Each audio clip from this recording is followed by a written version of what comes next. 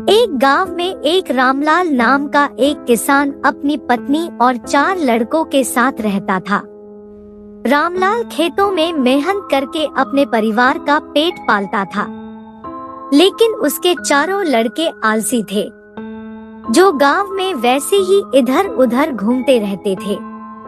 एक दिन रामलाल ने अपनी पत्नी से कहा कि अभी तो मैं खेतों में काम कर रहा हूँ, लेकिन मेरे बाद इन लड़कों का क्या होगा? इन्होंने तो कभी मेहनत भी नहीं करी, ये तो कभी खेत में भी नहीं गए। रामलाल की पत्नी ने कहा कि धीरे धीरे ये भी काम करने लगेंगे। समय बीतता गया और रामलाल के लड़के कोई काम नहीं करते थे। एक बार रामलाल बहुत बीमार पड़ गया। वह काफी दिनों तक बीमार ही रहा। उसने अपनी पत्नी को कहा कि वह चारों लड़कों को बुला कर लाए। उसकी पत्नी चारों लड़कों को बुलाकर लाई। रामलाल ने कहा, लगता है कि अब मैं ज्यादा दिनों तक जिंदा नहीं रहूंगा।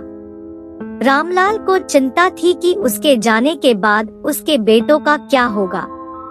इसलिए उसने कहा, बेटों, मैंने अपने जीवन में जो भी कुछ कमाया है वह खजाना अपने खेतों के नीचे दबा रखा है। मेरे बाद तुम उसमें से खजाना निकालकर आपस में बांट लेना। यह बात सुनकर चारों लड़के खुश हो गए। कुछ समय बाद रामलाल की मृत्यु हो गई।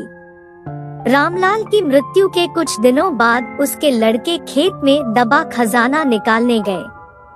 उन्होंने सुबह से लेकर शाम तक सारा खेत खोद दिया, लेकिन उनको कोई भी खजाना नजर नहीं आया।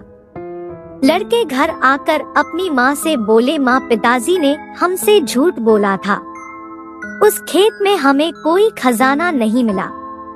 उसकी माँ ने बताया कि तुम्हारे पिताजी ने जीवन में यही घर और खेत ही कमाया है, लेकिन अब तुमने खेत खोद ही दिया है तो उसमें बीज बो दो। इसके बाद लड़कों ने बीज बोए और माँ के कहानुसार उसमें पानी देते गए। कुछ समय बाद फसल पककर तैयार हो गई, जिसको बेचकर लड़कों को अच्छा मुनाफा हुआ, जिसे लेकर वह अपनी माँ के पास पहुँचे।